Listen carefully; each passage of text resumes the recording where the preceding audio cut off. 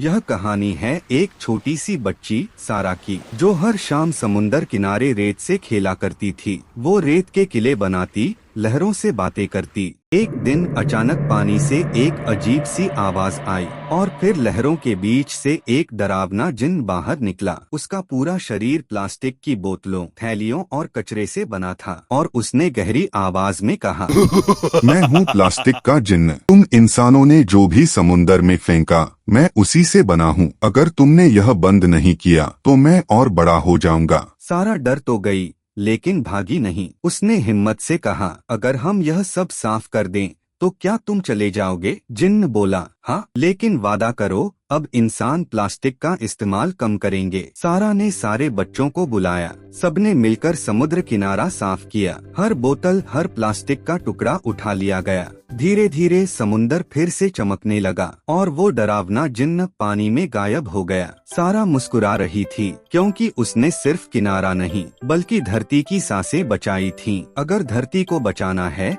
तो प्लास्टिक का इस्तेमाल कम करना होगा।